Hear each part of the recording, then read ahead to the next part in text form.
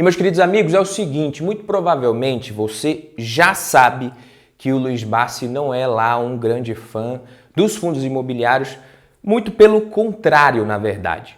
Mas você já se perguntou o que realmente está por trás desse ranço? Hoje eu vou compartilhar com vocês alguns detalhes que poucos conhecem sobre as potenciais razões do Barsi e de outros grandes investidores para não investirem em fundos imobiliários, coisa que pouca gente se toca. Alguns detalhes que nem sempre são revelados acabam gerando uma confusão na cabeça dos pequenos investidores.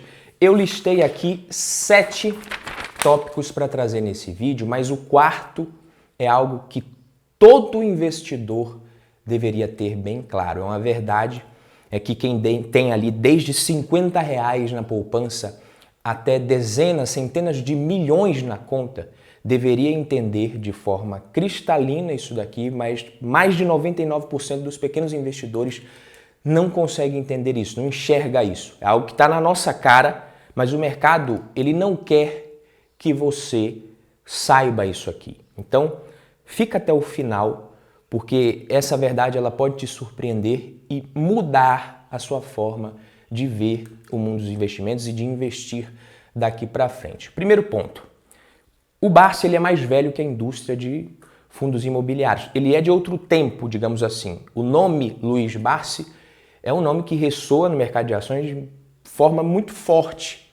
Ele construiu a fortuna que tem muito antes dos fundos imobiliários se tornarem uma opção de investimento viável e popular aqui no Brasil. Quando a gente fala de fundos imobiliários, estamos nos referindo a um mercado que começou a ganhar tração nas últimas décadas, especialmente depois da criação de uma lei em 1993, se não me engano, que regulamentou os fundos de investimento imobiliário aqui no Brasil, para ajudar muito rico ali na sucessão patrimonial, super ricos.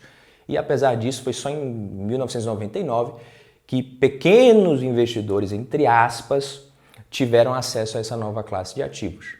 Portanto, durante a maior parte da carreira do Barsi, fundos imobiliários não eram sequer uma opção. Ele construiu a fortuna que tem investindo em ações de empresas que ele analisava, compreendia profundamente antes de se tornar sócio. Ou seja, a experiência de vida que ele adquiriu ao longo de décadas moldou a visão que ele tem sobre os investimentos. Num primeiro momento, essa versão que ele tem aos fundos imobiliários pode ser vista como uma consequência natural desse histórico de sucesso que ele tem no mercado de ações. No primeiro momento, é claro. Então, toda essa bagagem contribuiu para que ele tenha essa visão, para que ele tivesse essa visão mais cética em relação aos FIIs, que ele vê como uma opção menos interessante, na verdade. Simplesmente assim. Tá? Como acontece com a galera das antigas também do mercado de ações ali, que não gosta de criptomoeda de jeito nenhum, que não vê nada de racional por trás disso. Só que isso aqui é muito óbvio, tá? Não é isso que eu quero te contar nesse vídeo, como eu falei. Não é essa coisa mais importante que você precisa saber. O Barsi ele já investiu até em fundos imobiliários, tem renda fixa, se eu não me engano, mas então a gente não pode dizer que isso aqui é 100% um preconceito da parte dele, como eu vejo algumas pessoas falando. Ele já investiu. Talvez seja até fruto de uma experiência ruim que ele teve, mas não é um preconceito. O ponto é que o Barsi ele tem o círculo de competência dele muito bem construído no mercado de ações. Tanto que, se você for na plataforma AGF+, que defende ali a filosofia dele, não tem nem cobertura para fundo imobiliário ainda. A AGF+, que é parceira aqui do canal, você pode clicar aqui no link na descrição, no que está fixado aqui nos comentários, precisa assinar o AGF+, para você conhecer. Você vai ter acesso a muito conhecimento sobre educação financeira, vários especialistas que vão te ajudar a gerar renda passiva e tomar melhores decisões de investimento em ações. Você pode testar os 7 dias que você tem direito. Se você não gostar, cancela, você tem o seu dinheiro de volta, mas eu acho que você vai gostar. Mas enfim, o Barsi ele não se tornou um dos maiores investidores do Brasil por acaso. O conceito de círculo de competência é fundamental para qualquer investidor. Trata-se de você investir no que você conhece, que você realmente entende. Então ele entendeu isso muito cedo, muito bem, e não negligenciou esse princípio. Então, desde o início da carreira dele, ele vem se dedicando a estudar profundamente as empresas nas quais ele investe e é isso que o Barsi faz. É por isso que nos fundos imobiliários ele tem ali um território menos familiar, menos confortável para ele. Isso aqui já é uma coisa para você tirar. Além disso, ele não gosta da ideia de delegar todas as decisões para um gestor de fundos. E esse ponto é crucial para você entender o ranço do Barsi pelos fundos imobiliários e é aqui que o vídeo ele começa a ficar um pouquinho mais polêmico, então se prepare. O Barsi, ele acredita firmemente que entender e gerenciar diretamente as decisões, as suas escolhas, é chave ali para ter sucesso no mercado de ações. Nos fundos imobiliários, uma parte significativa do investimento consiste em você confiar no que o gestor do fundo vai fazer. Confiar que ele vai tomar decisões corretas e alinhadas com os seus interesses. E ele vê a gestão dos fundos como um potencial ponto negativo ali, que os interesses podem não estar sempre totalmente alinhados com os dos investidores. E essa é a parte do vídeo que eu preciso que entre na sua cabeça. Coloque isso aqui de uma vez na sua cabeça e a sua vida vai mudar no mundo dos investimentos. Nenhum investimento, nenhuma dessas classes de ativos, renda fixa, pública ou privada, ações, fundos imobiliários, fundos multimercado, long and short, nada disso foi criado pensando em ajudar o pequeno investidor lá na ponta, investidor pessoa física, pensando em te ajudar. Nada. Tá? O círculo de competência é importantíssimo. Você entender como funcionam os investimentos é muito importante, porque nenhum deles foi criado pensando no seu bem. Se o único investimento que você entende é o raio da caderneta de poupança, deixe o seu dinheiro lá enquanto você não entender de outras coisas melhores. Eu já falei em outros vídeos aqui, colocar o seu dinheiro para trabalhar para você é lindo, né? É a ideia que todo mundo defende, legal. Mas o mercado financeiro descobriu algo melhor do que isso. Ele se baseia em cima de um pilar. Colocar o dinheiro dos outros para trabalhar para mim é melhor ainda. É isso que o mercado financeiro pensa. Então não seja bobo. Seja onde você for investir o seu dinheiro, um monte de gente vai ganhar dinheiro antes de você, independente do que aconteça com o mercado e do seu próprio resultado. O que não quer dizer que você não deva investir só por isso, porque tem várias pessoas ganhando dinheiro em cima do seu. O mundo é assim, tá? É assim que vai ser, é assim que funciona. Teve um monte de coisa legal recentemente, nos últimos anos, corretoras, um monte de corretoras zerando taxa de corretagem, vários investimentos se tornando muito mais acessíveis ao pequeno investidor. Você pega até mesmo a possibilidade de você investir diretamente no exterior, sem precisar você ter tanta grana assim. Tudo isso é bom para você, para o pequeno investidor, mesmo que não tenha sido criado pensando em melhorar a sua vida, tá? As instituições financeiras fizeram tudo isso porque elas enxergaram a possibilidade de lucrar mais, concorrência ali também mordendo o calcanhar, etc. Tá? Não se engane. Então a frase do Adam Smith cabe como uma luva aqui. Eu vou pedir licença só para acrescentar uma palavrinha. Não é da benevolência do açougueiro, do cervejeiro e do padeiro, nem do mercado financeiro que esperamos o nosso jantar, mas da consideração que eles têm pelos seus próprios interesses. Ou seja, você, como investidor, tem nas suas mãos o poder de escolher quem vai ver a cor do seu suado dinheiro e quem não vai. Basta você escolher conscientemente o investimento que melhor satisfaz as suas necessidades. E é aqui que está a chave. Você não vai deixar de comprar pão porque o padeiro vende pão pensando nos interesses dele. Então você também não vai deixar de investir por causa disso. Só que você precisa, para isso, realmente conseguir entender quais são esses investimentos que, de fato, melhor satisfazem as suas necessidades. Para isso você precisa de conhecimento. Talvez, para você, os fundos imobiliários façam sentido, mesmo que não façam sentido para o Barsi. Isso que você precisa entender. Claro que tem coisa que não faz sentido para ninguém, como título de capitalização, por exemplo. Isso aqui não faz sentido. Mas essa é a prova de que a maioria das pessoas, dos investidores, também não sabem o que satisfaz ou não as suas necessidades, tanto que muita gente coloca dinheiro em muita coisa que não faz sentido. Mas entenda que você não pode balizar todas as suas decisões, né, com base na filosofia do Barsi. E eu vou te dar um motivo simples para isso. Se o Barsi gostasse de investir no mercado imobiliário, ele poderia ter o seu próprio fundo imobiliário. Você pega os fundos mais líquidos da bolsa, você vai ver que a liquidez diária é de 15, 10 milhões ali, no máximo. Isso é pouco para o Barsi, não é liquidez para o patrimônio dele, talvez. Ações como Petrobras, Vale, tem mais de bilhão de liquidez diária, Banco do Brasil mais de 550 milhões de liquidez. Então a liquidez por si só já seria um limitante para ele. É claro que não é só isso. Agora você pega ali o patrimônio de mais de 4 bilhões do Barsi, se ele rachasse no meio, ele poderia ter 2 bilhões em ações e 2 bilhões criando ali o seu próprio fundo imobiliário. Para que ele vai ficar pagando taxa de gestão e administração alta se ele poderia ter o seu próprio fundo se assim o quisesse? Então seria burrice se ele investisse em FIIs como agente, talvez. Ele pode fazer direto. Para mim, para você, talvez não seja burrice. Você pega um fundo de papel, por exemplo, você tem uma cesta de CRIs, na maioria das vezes, certificado de recebíveis imobiliários. Você não tem um investimento mínimo, mas a maior parte dos CRIs possui um valor unitário de 300 mil reais. Você consegue ter uma carteira diversificada de CRIs investindo diretamente? Provavelmente não. Se você fizer isso através de um fundo imobiliário, você consegue. Mas com 2 bilhões, daria para você comprar mais de 6 mil CRIs diferentes.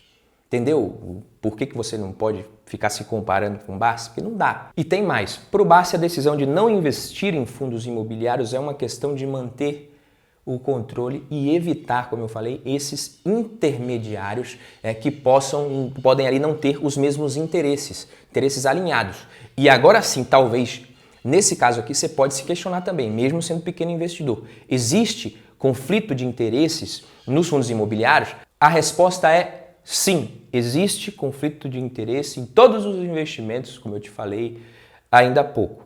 Esse negócio aqui de conflito de interesse sempre vai ter. No caso dos FIIs, um dos motivos é que o gestor se beneficia da emissão de novas cotas.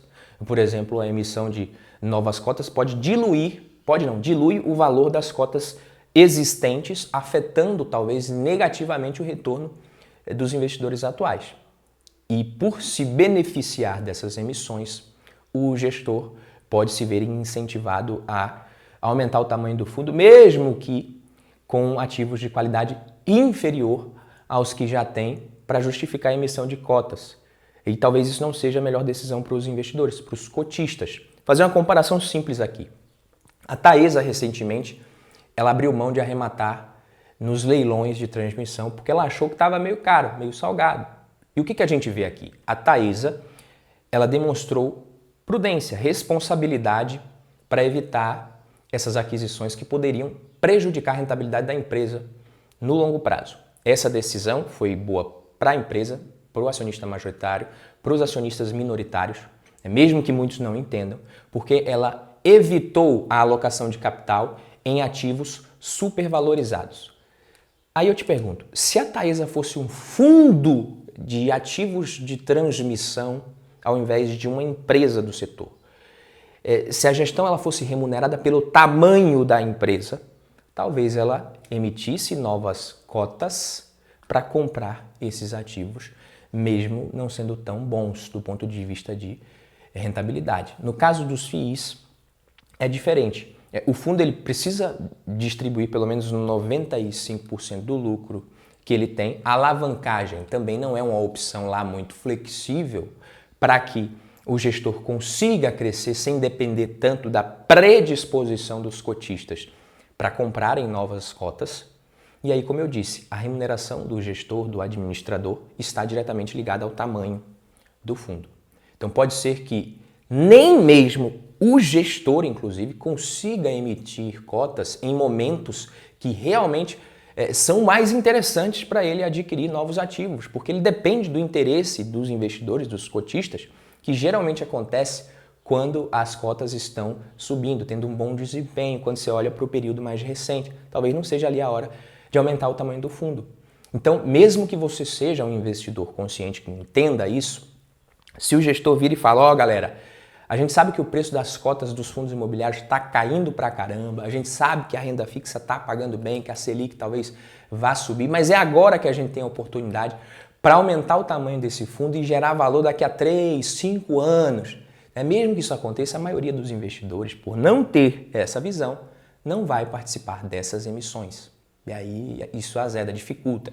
Acontece no mercado de ações também. As empresas emitem novas ações, captam dinheiro ali, geralmente quando as ações estão mais caras, por causa do mercado. O humor do mercado reflete isso. E é por isso que pode fazer sentido para você investir em fundos imobiliários, mas comprar fundos caros é sempre burrice e é muito menos relativo do que no caso das ações. Todos esses conflitos de interesse que eu acabei de falar existem, você precisa analisar muito bem o histórico e a qualidade da gestão de um fundo imobiliário antes de você começar a investir, ficar de olho nessas emissões, tudo mais, acompanhar ali a trajetória, ficar de olho, né? Mas comprar fundo imobiliário a preços muito elevados é uma péssima estratégia de investimento, jamais faça isso, tá? E é bem mais fácil você evitar de comprar fundo imobiliário caro do que comprar ações caras. Às vezes uma ação está lá negociada com um PVP um pouquinho mais elevado, porque a empresa tem uma rentabilidade acima da média do mercado, ou porque ela está crescendo muito, e ela pode até ser um bom negócio. É difícil essa coisa do valuation nas ações. Mas a avaliação dos fundos imobiliários, apesar de você não ter uma regra universal, uma fórmula perfeita que te mostre ali se um fundo está caro ou não, você tem como fazer isso de forma muito mais direta do que nas ações.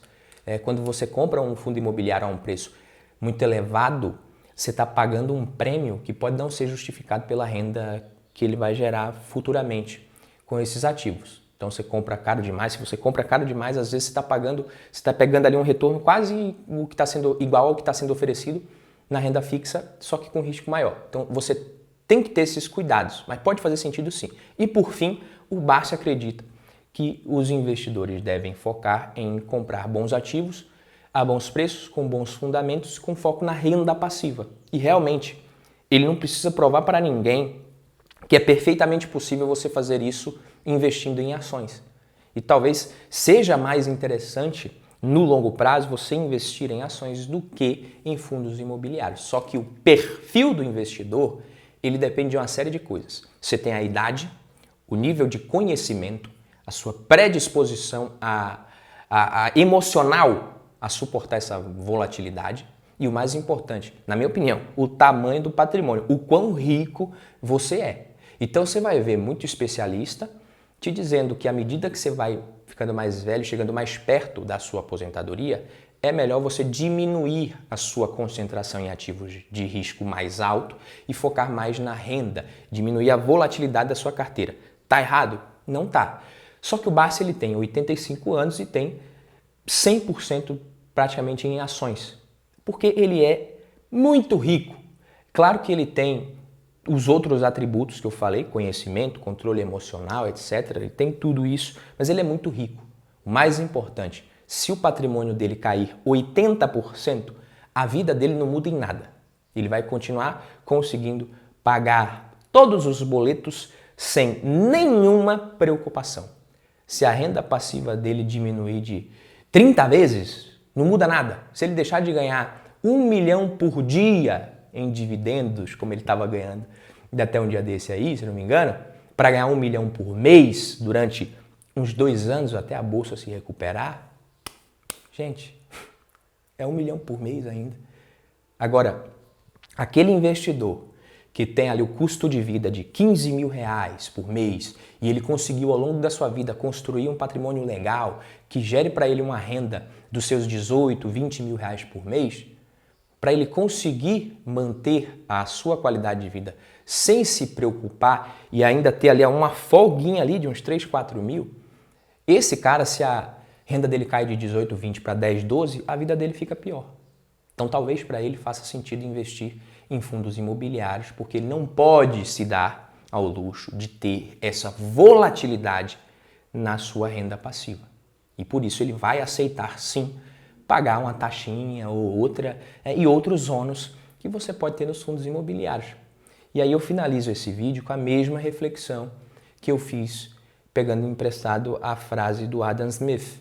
Não é da benevolência do mercado financeiro que você vai esperar o seu retorno, mas da consideração que ele tem pelos seus próprios interesses. Ou seja, você como investidor tem, repito, nas suas mãos o poder de escolher conscientemente o investimento que melhor satisfaz suas necessidades. E é aqui que está a chave. Só que para você conseguir fazer isso, você precisa investir um pouquinho do seu tempo para adquirir o conhecimento necessário. Beleza? Esse foi o vídeo de hoje. Um abraço, vejo vocês na próxima. Tamo junto. Valeu!